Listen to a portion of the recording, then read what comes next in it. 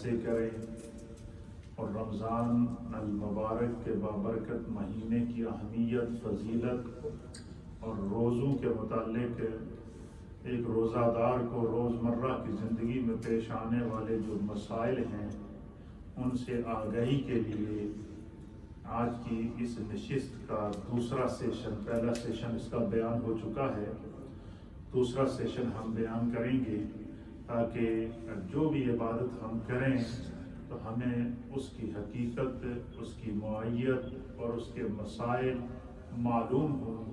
تو اس سے یہ ہوتا ہے کہ انسان کو اللہ کی بارگاہ سے ایک تازگی اور روحانیت نصیب ہوتی ہے۔ قرآن حکیم فرقان مجید کی سورہ بقرہ کی آیت نمبر 185 ہے، اس کے بیچ میں اللہ رب العالمین نے شروع میں تو رمضان کی فضیلت کو بیان کیا کہ شہر رمضان الذی انزل فیہ القرآن، کہ رمضان کا مہینہ وہ ہے جس میں اللہ نے قرآن کو نازل کیا۔ تو ایک فضیلت رمضان کی یہ ہوئی کہ یہ نزول قرآن کا مہینہ ہے، اور دوسرا کیا ہے، ہدی للناس، یہ جو قرآن ہے یہ لوگوں کو ہدایت دینے والا ہے، وبینات من الہدی، اور اس میں اللہ تعالیٰ نے ہدایت کی بڑی روشن اور واضح دلیلیں رکھی ہیں۔ پھر فرمایا کہ فمن شاہد منکم الشہر فلیصم، اللہ فرماتا ہے کہ جب تم میں سے کوئی شخص رمضان کا مہینہ پائے تو اسے چاہیے کہ وہ روزہ رکھے، یہ اللہ کا حکم ہے۔ اور اس حکم کی وجہ سے ایک یہ حکم اور دوسرا وَأَتِمُّوا الصِّيَامَ إِلَى اللَّيْلِ، دوسرا حکم دوسری آیت میں نازل فرما کر یہ بتا دیا کہ رمضان کے روزے ہم پر کیا ہیں، اللہ کی طرف سے فرض ہے۔ پھر تیسری آیت میں بتا دیا کہ یا ایھا الذین آمنوا کتب علیکم الصیام کما کتب علی الذین من قبلکم، جس طرح تم پر روزے فرض کیے گئے ہیں جس طرح کہ تم سے پہلے لوگوں پر روزوں کو فرض کیا گیا۔ تو روزہ فرض ہے، اور فرض عبادت کو کسی بھی عذر کے بغیر چھوڑنے کی اجازت نہیں ہے۔ تو آپ دیکھیں اسلام کیونکہ دین رحمت ہے، اسی کے ساتھ ہی فوراً ذہن کے اندر سوال پیدا ہو سکتا تھا کہ کوئی لوگ ہوتے ہیں جو بیمار ہوتے ہیں، کچھ ایسے ہوتے ہیں جو مسافر ہوتے ہیں، کچھ ایسے ہوتے ہیں جیسے کچھ خواتین کے مسائل ہوتے ہیں، اسی طریقے سے بہت سارے جو ہے وہ لوگ عجیب و غریب قسم کی بیماریوں اور مشکلات کا شکار ہوتے ہیں۔ تو چونکہ روزہ فرض ہے تو کیا وہ اس اجر کو کیسے پائیں گے؟ تو اسلام چونکہ دین رحمت ہے، اسلام کسی کو مشکل میں نہیں ڈالتا، صرف اسلام کے ساتھ محبت کے ساتھ بندہ چلے تو اسلام قدم قدم پر انسانیت کی رہنمائی کرتا ہے۔ اسی آیت میں آگے جا کے اللہ فرماتا ہے وَمَنْ كَانَ مِنْكُمْ مَرِيضًا، اگر تم میں سے کوئی شخص مریض ہو، او علی سفر، یا مسافر ہو، کیا ہو؟ اگر تم میں سے کوئی مریض ہے اور ایسا مریض کہ جس مرض میں روزہ رکھنا اس کے لیے جان لیوا ثابت ہو سکتا ہے، یا اس کا مرض دائمی ہو سکتا ہے روزے کی وجہ سے۔ مثلا بہت سارے مریض ایسے ہیں جیسے کوئی دمے کا مریض ہے، کوئی جو ہے وہ شوگر کا مریض ہے، کوئی ایسا مریض ہے کہ وہ جو ہے وہ ڈاکٹر اسے کہتا ہے کہ اگر تو روزہ رکھے گا تو یہ تمہارے مرض کے بڑھنے کا خطرہ یا تمہاری جان جانے کا خطرہ ہے، تو یہ اس کو عذر شرعی کہتے ہیں۔ اللہ فرماتا ہے وَمَنْ كَانَ مِنْكُمْ مَرِيضًا، اگر تم میں سے کوئی مریض ہے، او علی سفر، یا حالت سفر میں ہے، فَعِدَّةٌ مِّنْ أَيَّامٍ أُخَرَ، تو وہ ایسی حالت میں روزہ نہ رکھے، بعد میں جب مرض ٹھیک ہو جائے یا سفر ختم ہو جائے تو جب آسانی ہو تو وہ اس روزے کی کیا کر لے، قضا کر لے۔ دیکھیں کتنا اسلام نے رعایت دی ہے۔ اچھا، اور جن جن چیزوں میں خدا نے رخصت دی ہے، مثلا اللہ نے رخصت دی ہے ہمیں کہ ہم سفر میں جو نماز کو قصر کریں، کیا کریں؟ سفر کی جو لمٹ ہے اس لمٹ کو اگر ہم پہنچے تو ہم نماز کو قصر کریں۔ کوئی بندہ یہ کہے جی کہ میرے پاس تو ٹائم بھی موجود ہے، سب کچھ موجود ہے، میں قصر نہیں کروں گا، میں پوری پڑھوں گا، تو اس نے اللہ تعالیٰ کے حکم کی خلاف ورزی۔ اس لیے فرمایا کہ نبی پاک صلی اللہ علیہ وسلم نے فرمایا کہ جہاں جہاں اللہ تعالیٰ نے رخصت دی ہے کہ نماز کو سفر میں قصر کرو تو قصر کرنا فرض ہے۔ اس میں بندہ پوری پڑھے گا تو پڑھے گا نماز، لیکن گناہ ہوگا۔ کیوں؟ حضور اللہ نبی علیہ السلام نے فرمایا کہ جن امور میں اللہ نے تمہیں رخصت دی ہے اگر تم اس پر عمل نہیں کرو گے تو میدان احد کے جو بڑے بڑے پہاڑ ہیں ان پہاڑوں کی مثل تم گناہ کر رہے ہو۔ بظاہر بندہ کہے میں نماز پڑھ رہا ہوں، اللہ نے کہا کہ سفر میں تم قصر کرو، بندہ کہے میں پوری پڑھ رہا ہوں، تو ہم کیا ہیں؟ ہم مطیع ہیں، ہم فرمانبردار ہیں، ہم اللہ اور اس کے رسول کی اطاعت کرنے والے ہیں، ہم شارع نہیں ہیں، یا ہم شریعت کے احکام کو وضع کرنے والے نہیں ہیں، ہم شریعت پر عمل کرنے والے ہیں۔ لہذا جس طرح حکم دیا گیا، جیسے قرآن میں حکم ہے کہ جو عورتیں ایام مخصوصہ کے اندر آئیں، جیسے منتھلی پیریڈز عورت کے آتے ہیں، اسی طریقے سے بعض عورتیں جب بچہ پیدا ہوتا ہے تو ان کے کچھ مخصوص ایام ہوتے ہیں، اسی طریقے سے جو ہے وہ فرمایا کہ ان ایام کے اندر کیا کرے گی عورت؟ فرمایا نماز نہیں پڑھے گی، اس کو نماز معاف ہے، روزہ بھی نہیں رکھے گی۔ کیا کرے گی؟ روزہ بھی نہیں رکھے گی، لیکن یہ بتا دیا کہ نماز چونکہ یہ عورت کی دائمی بیماری ہے، اس میں نماز کی اس کو اللہ کی طرف سے معافی ہے۔ فرمایا ان دنوں کے اندر 5 وقت کی باجماعت نماز پڑھنے کا جو خدا کی بارگاہ سے اجر ہے، وہ عورت کو نماز نہ پڑھنے کا ہر نماز کا اجر خدا عطا کرے۔ کیوں؟ کہ وہ عذر شرعی کی وجہ سے، مجبوری کی وجہ سے اپنے آپ کو اللہ کی سجدہ کرنے سے روک چکی ہے، اللہ کی بارگاہ میں قیام کرنے سے روک چکی ہے، اللہ کی بارگاہ میں تلاوت قرآن کرنے سے اپنے آپ کو روک چکی ہے۔ کیوں؟ اس کو عذر شرعی لاحق ہو گیا، منتھلی پیریڈز کے اندر آ گئی ہے، یا ایسی بیماری آ گئی ہے کہ جس میں جو ہے وہ قرآن کو یا نماز کو یا روزے کو نہیں رکھ سکتی، تو فرمایا کہ وہ روزہ چھوڑ دے وہ عورت، اور وہ جو اپنے گھر کے اندر ان ایام کے اندر جو مخصوص ایام ہیں، ان ایام میں اگر روزہ نہیں رکھے گی، ان ایام میں اگر نماز نہیں پڑھے گی، تو فرمایا کہ اس کو نماز نہ پڑھتے ہوئے بھی خدا نماز پڑھنے کا ثواب عطا، روزہ نہ رکھتے ہوئے بھی خدا روزہ رکھنے کا ثواب عطا فرمائے گا۔ لیکن ساتھ میں یہ بتا دیا، کیا فرمایا کہ اگر کوئی مریض ہے اور سفر میں ہے تو وہ روزہ چھوڑ دے۔ یہاں کیونکہ اس آیت میں بات روزے کی ہو رہی ہے، نماز کی آیت دوسری ہے، اس آیت میں آپ کس کی بات ہو رہی ہے؟ روزے کی بات ہو رہی ہے۔ فرمایا کہ وَمَنْ كَانَ مِنْكُمْ مَرِيضًا أَوْ عَلَىٰ سَفَرٍ، اگر کوئی تم میں سے مریض ہے یا حالت سفر میں ہے تو ایسی حالت میں وہ چاہے روزہ چھوڑ دے، کیا کرے؟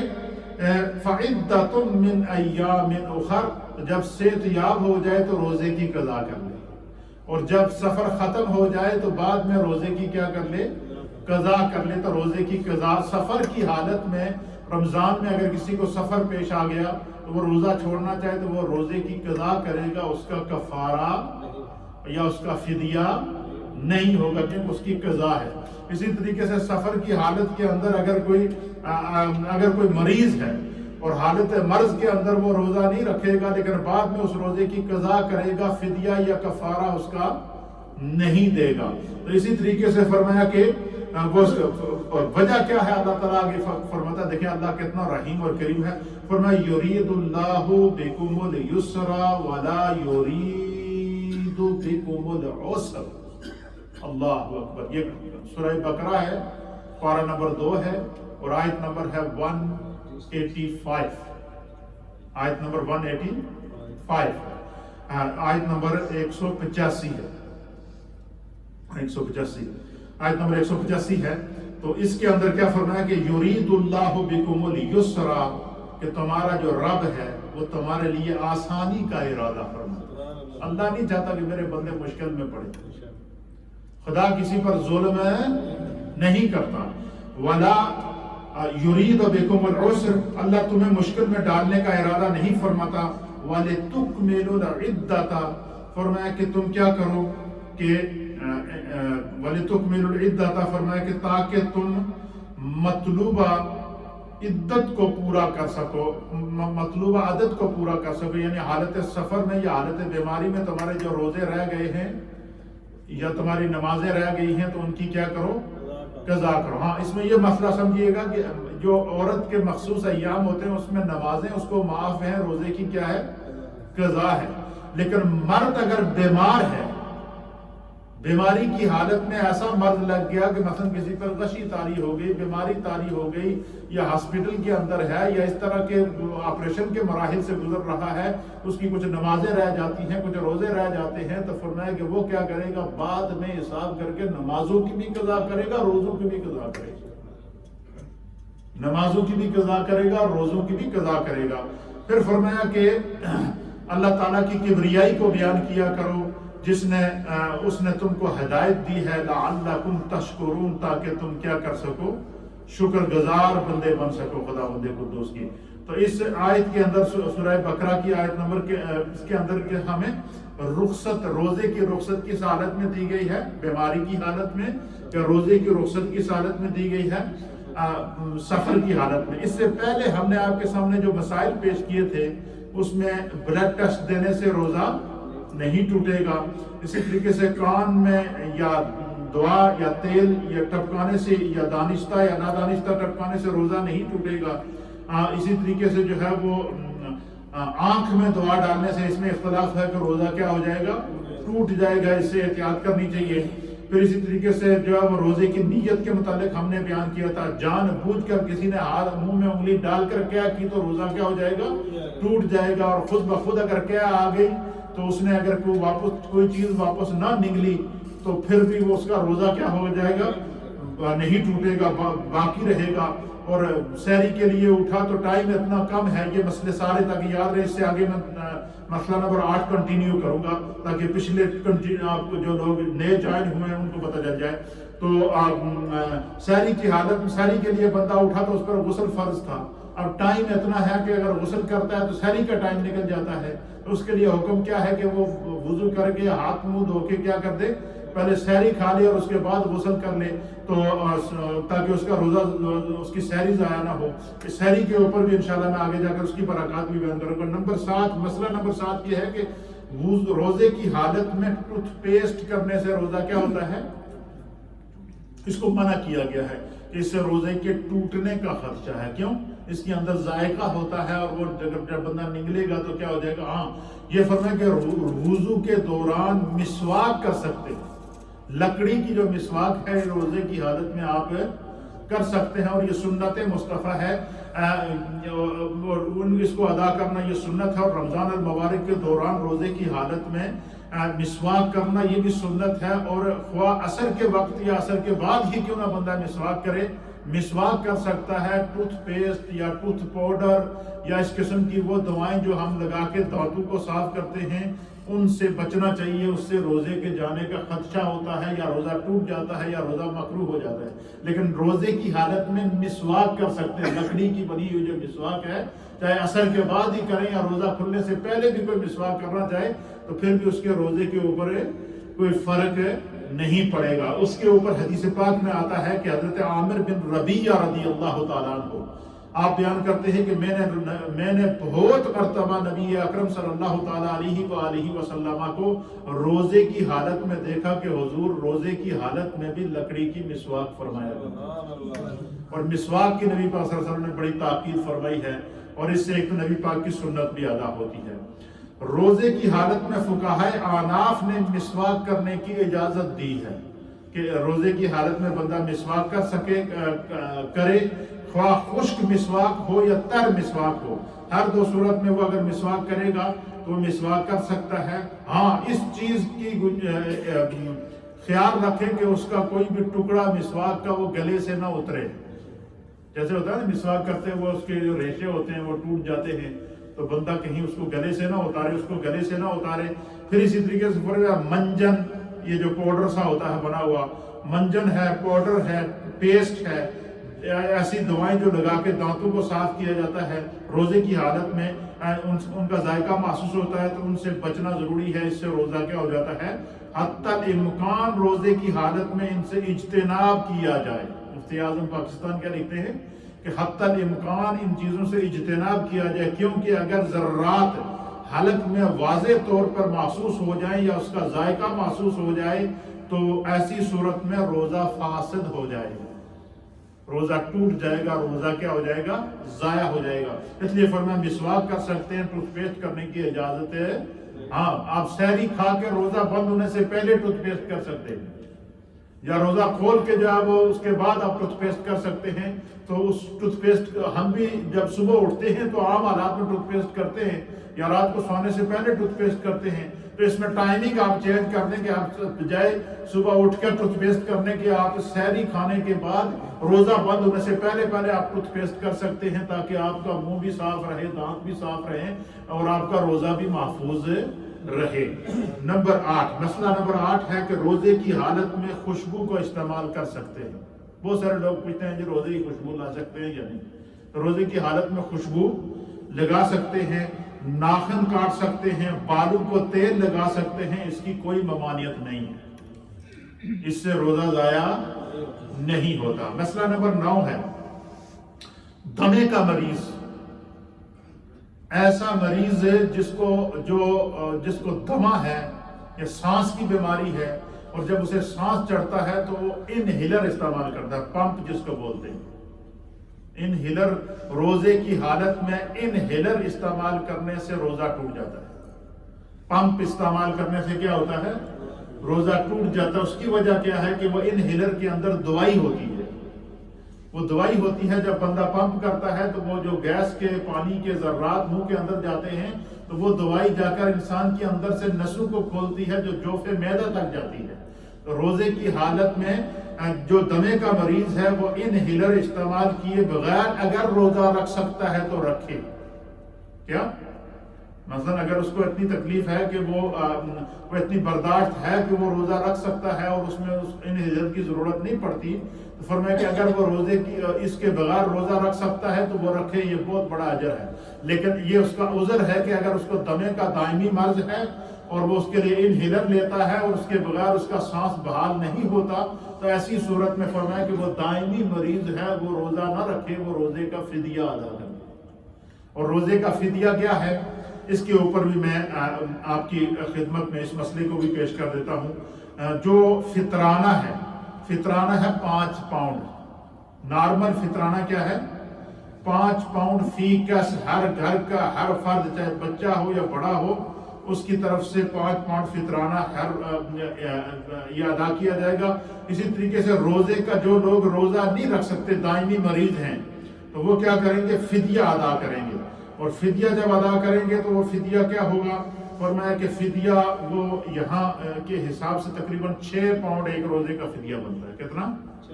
ایک آدمی کا 2 وقت کا کھانا۔ کتنا؟ ایک آدمی کا 2 وقت کا کھانا، 6 پاؤنڈ ایک روزے کا فدیہ اس مریض کے لیے جو دائمی مریض ہے، جو روزہ نہیں رکھ سکتا۔ جیسے کہ بڑھاپے کی حالت میں بندہ چلا گیا ہے کہ اب اس کے اعضاء اتنے طاقت نہیں ہے کہ وہ روزہ رکھ سکے، یا کسی کو ایسی دائمی مرض لگی ہے جیسے کہ دمے کا مریض ہے، اسی طریقے سے شوگر کا مریض ہے، ڈاکٹر نے کہہ دیا کہ بھائی تمہیں اس ٹائم پر دوائی لینی ہے، اور شوگر کا وہ مریض جو شوگر کی حالت میں سحری کے وقت اور افطاری کے وقت دوائی لے کر دن کو وہ روزہ رکھ سکتا ہے، اور اس کی sugar low up and down نہیں ہو رہی ہے، کنٹرول میں رہتی ہے، تو ایسی حالت میں روزہ رکھے۔ اگر ڈاکٹر اسے کہتا ہے کہ بھائی آپ کی بعض لوگ ہوتے ہیں کہ جن کی شوگر 300-400 سے کم ہوتی ہی نہیں ہے، اور کسی بھی وقت اس شوگر کا جو ہے وہ لیول یا ہائی ہو جاتا ہے یا لو ہو جاتا ہے، تو فرمایا وہ اپنے ڈاکٹر سے مشورہ کر لے۔ اگر ڈاکٹر کہتا ہے تو وہ بھی دائمی مرض ہے، وہ بھی روزہ نہ رکھے، اس کی کیا کر دے؟ فدیہ ادا کر دے۔ یا ایسا دمے کا مرض ہے جو انہیلر لیتا ہے اور اس کے علاوہ اس کی سانس کی نسیں نہیں کھلتی، تو ایسی حالت میں بھی وہ کیا کرے؟ وہ رکھتے۔ جو فطرانہ کتنا آپ کو بتایا ہے؟ یہ کم سے کم فطرانہ ہے۔ کتنا ہے؟ 5 پاؤنڈ۔ کم سے کم فطرانہ ہے 5 پاؤنڈ، اور 6 پاؤنڈ ہے یہ فدیہ ہے ایک روزے کا۔ اور 30 روزوں کا جو بندہ مریض ہے، روزہ نہیں رکھ سکتے، تو وہ 6 پاؤنڈ کے حساب سے فی روزہ دے، اور 6 کو اب جب ہم 30 کے ساتھ ملٹی پلائی کریں گے تو یہ 30 روزوں کا جو فدیہ ہے یہ 180 پاؤنڈ بنتا ہے۔ جو لوگ بوڑھے ہیں یا مریض ہیں، روزہ نہیں رکھ سکتے، تو وہ 6 پاؤنڈ پر روزے کے حساب سے ایک مہینے کے روزوں کا جو فدیہ ہے یہ 180 پاؤنڈ ہے، وہ اس کو پہلے سے ہی ادا کر دیں تو بہتر ہے۔ پھر اسی طریقے سے جو اس کی ان چیزوں کے لیے جو ہے نا ہمارے فقہا نے اصول بیان کیا. آج کل تو آپ کو پتا ہے کیش موجود ہے, پیسہ موجود ہے, بینک بیلنس موجود ہے, سب کچھ سہولتیں. اس دور کے اندر کیش پیسہ نہیں ہوتا تھا, اس دور کے اندر کیا ہوتی تھی, اجناس ہوتی تھی. اجناس سے مالیت کا اندازہ لگایا جاتا تھا. اجناس سے چیزوں کی, جیسے زکوٰۃ کے لیے کیا رکھا, 7.5 تولے سونا یا 52 تولے چاندی, یہ زمینی جنس سے یہ اجناس رکھ لی ہیں. یہ اس کے اندر رکھ لی, یہ دہاتے ہیں جن کے اوپر سونا فرض ہے, زکوٰۃ کو فرض قرار دے دیا گیا ہے. اسی طریقے سے فرمایا کہ گندم کا آٹا 2 کلو چکی کا, گندم کا 2 کلو چکی کا آٹا, یہ کم سے کم فطرانہ ہے. کتنا؟ کم سے کم 2 کلو آٹا گندم کا کم سے کم یہ فطرانہ ہے.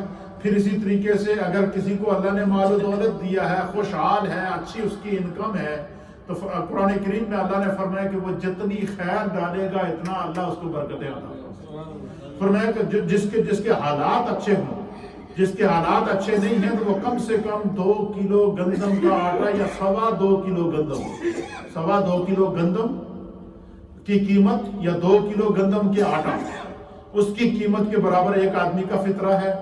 اگر کوئی بندہ بڑھا کر دینا چاہے, اس خوشحال ہے, تو فرمایا وہ 4 کلو جو, 4 کلو جو کی جو قیمت بنتی ہے اس کے برابر فطرہ عطا کر دے. کوئی اس سے بھی زیادہ خوشحال ہے, وہ کیا کرے, فرمایا وہ 4 کلو کھجوریں, کتنی؟ 4 کلو کھجوریں لے کر 4 کلو کھجوروں کی جو قیمت بنتی ہے وہ فطرہ ادا کر لے. پھر اس سے بھی کوئی زیادہ خوشحال ہے, تو فرمایا کہ وہ جو ہے وہ 4 کلو کشمش, ساگری جس کو ہم بولتے ہیں, 4 کلو کشمش کا بھی آپ فطرانہ دے سکتے ہیں, اس کی قیمت کے برابر بھی فطرانہ دے سکتے ہیں. پھر اسی طریقے سے جو ہے وہ یعنی جتنا جس کو جتنا جو خوشحال ہے اتنا وہ جو ہے وہ اپنی طرف سے کیا کر سکتا ہے, فطرانہ ادا کر سکتا ہے. اسی طریقے سے فدیہ جو ہے وہ ایک مسکین کا 2 وقت کا کھانا, یہ نارمل ہے کہ تقریباً 6 پاؤنڈ بنتا ہے. یہ ہمارے فقہا نے اس کو بیان کر دیا ہے.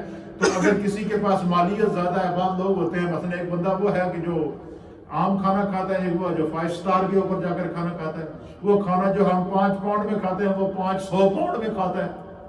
5 سٹار کے اوپر جا کے بڑے بڑے ہوٹلوں کے اوپر جا اعلیٰ کھانا کھاتا ہے.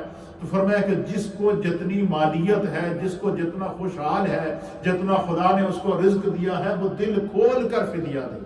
یہ نہیں کہ 6 پاؤنڈ فدیہ دینے سے بس جان چھوٹ گئی. فرمایا کہ وہ کم سے کم دے گا تو فدیہ ادا ہو جائے گا.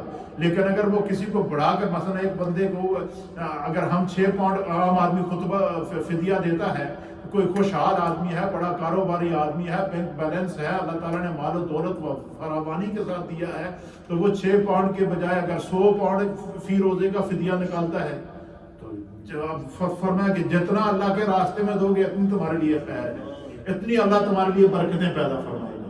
تو کوئی اگر 6 پاؤنڈ فی روزے کا فدیہ اس سے کوئی بڑھا کر دینا چاہے, کوئی مثلا کہے کہ چلو میں 6 کے بجائے 10 پاؤنڈ فی روزے کا فدیہ دوں گا, تو آپ دے سکتے ہیں, اس میں خیر ہے.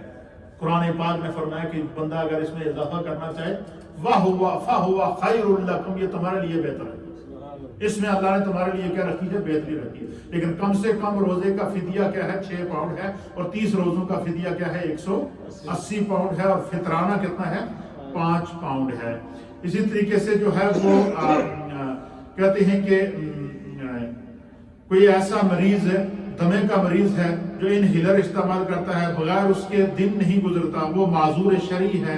اس بیماری کی بنا پر وہ روزہ چھوڑ دے, اس کو اجازت ہے, کیونکہ یہ دائمی مریض ہے, وہ روزے کا فدیہ ادا کرے. اور اگر روزہ رکھ لیا اور مرض کی شدت کی بنا پر انہیلر استعمال کیا تو اس کا روزہ ٹوٹ جائے گا. مثلا بندے نے روزہ رکھا تو تکلیف ہو گئی دن کو, اس نے انہیلر استعمال کر کے اپنی سانس کو بحال کیا, اور فرمایا کہ وہ کیا ہوگا, روزہ اس کا ٹوٹ جائے گا.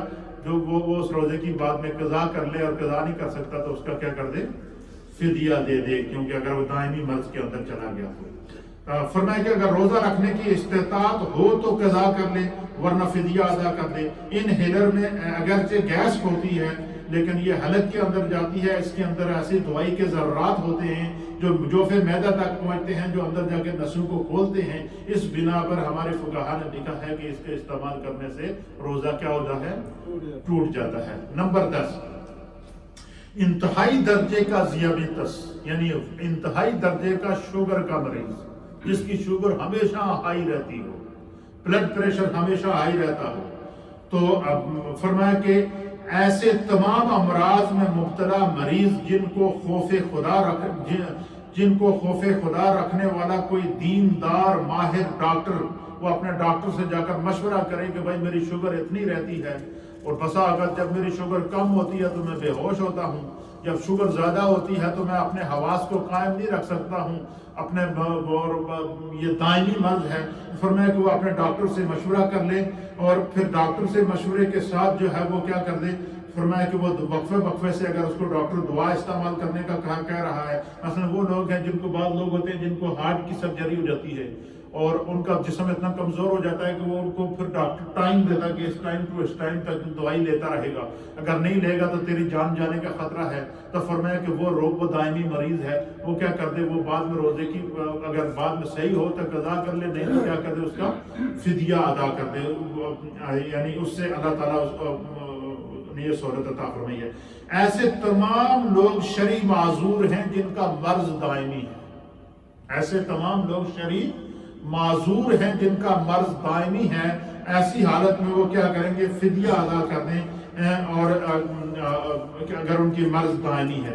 اسی طریقے سے فرمایا کہ قرآن مجید میں اللہ تعالیٰ نے روزے کا فدیہ ایک مسکین کا 2 وقت کا کھانا، جس طرح کہ میں نے آپ کی خدمت میں پیش کر دیا ہے، سورہ بقرہ کی آیت نمبر 184 کے اندر اللہ تعالیٰ نے فرمایا، کتنا 184 کے اندر فرمایا کہ وہ جو ہے وہ اس کا فدیہ ادا کر دیں، اور بعد میں جو ہے وہ اگر روزے کی قضا کر سکتا ہے تو قضا کریں، ورنہ فدیہ ادا کرنے سے اللہ تعالیٰ اس کو روزے کا ثواب عطا فرما دے گا۔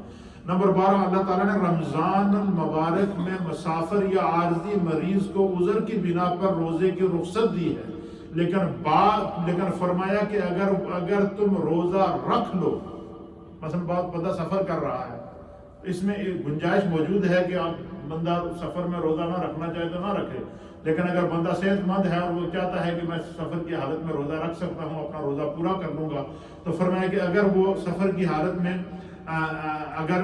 فرمایا کہ تم روزہ رکھ لو تو یہ تمہارے لیے بہتر ہے، اس میں کوئی حرج نہیں، رکھ سکتے ہو، اس کو بھی اللہ تعالیٰ نے جو ہے وہ آیت نمبر 184 کے اندر بیان فرمایا۔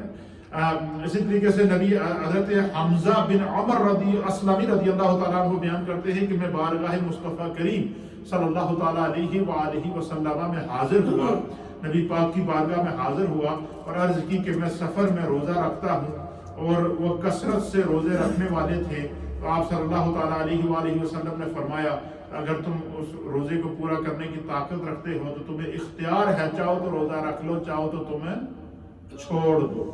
یہ روزے میں یہ اختیار ہے، نماز میں یہ اختیار نہیں، یا نماز سفر میں قصر کرنی پڑے گی، یہ چیزیں سمجھنے کے لیے ضروری ہیں۔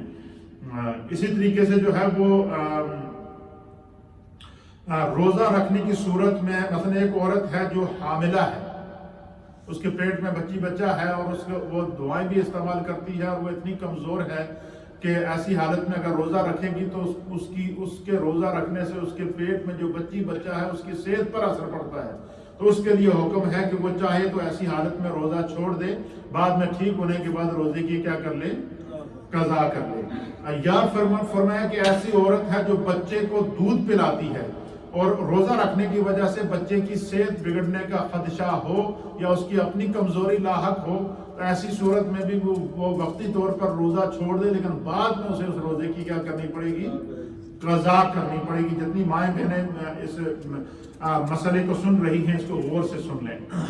پھر اسی طریقے سے جو ہے وہ فرمایا کہ وہ رمضان کا روزہ چھوڑ سکتی ہے، بعد میں اس کی جو ہے وہ قضا کر لیں۔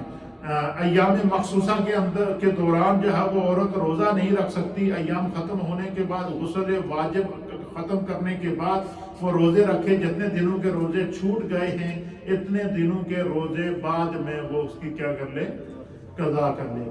فرمایا کہ اگر کسی کے روزے چھوٹ گئے تو گزشتہ رمضان کے روزوں کی قضا اس کے ذمہ ہے، اور اگلا رمضان آ گیا تو اس کوشش اسے یہ کرنی چاہیے کہ وہ رمضان کے آنے سے پہلے ان روزوں کی قضا کر لے، لیکن اگر اس نے پہلے روزوں کی قضا نہیں کی تو دوسرا رمضان آ گیا تو وہ پہلے فرض روزے رکھے، وہ کیا کرے، پہلے جو روزے موجود ہیں وہ فرض روزے رکھے اور بعد میں کیا کر دے جو رہ گئے ہیں ان کی قضا کر لے.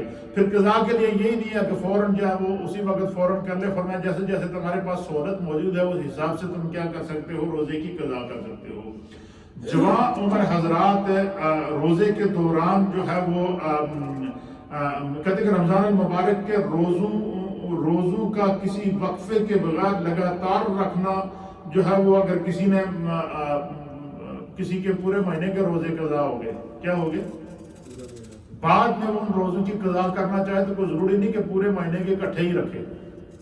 مثلا کوئی ایک رکھ لیا, ایک چھوڑ دیا, یا پہلے 5 رکھ لیے, پھر 5 دن بعد دوسرے 5 رکھ لیے, پھر 5 دن بعد تیسرے 5 رکھ دیے. تو فرمایا کہ اکٹھے روزے جو آپ سے قضا ہوئے ان کی قضا اکٹھی کرنا ضروری نہیں, جیسے جیسے آپ کو سہولت ہے اس حساب سے آپ قضا کر سکتے ہیں. یہ اللہ تعالیٰ نے اس میں ہمارے لیے رخصت دی ہے, یہ دین جو ہے.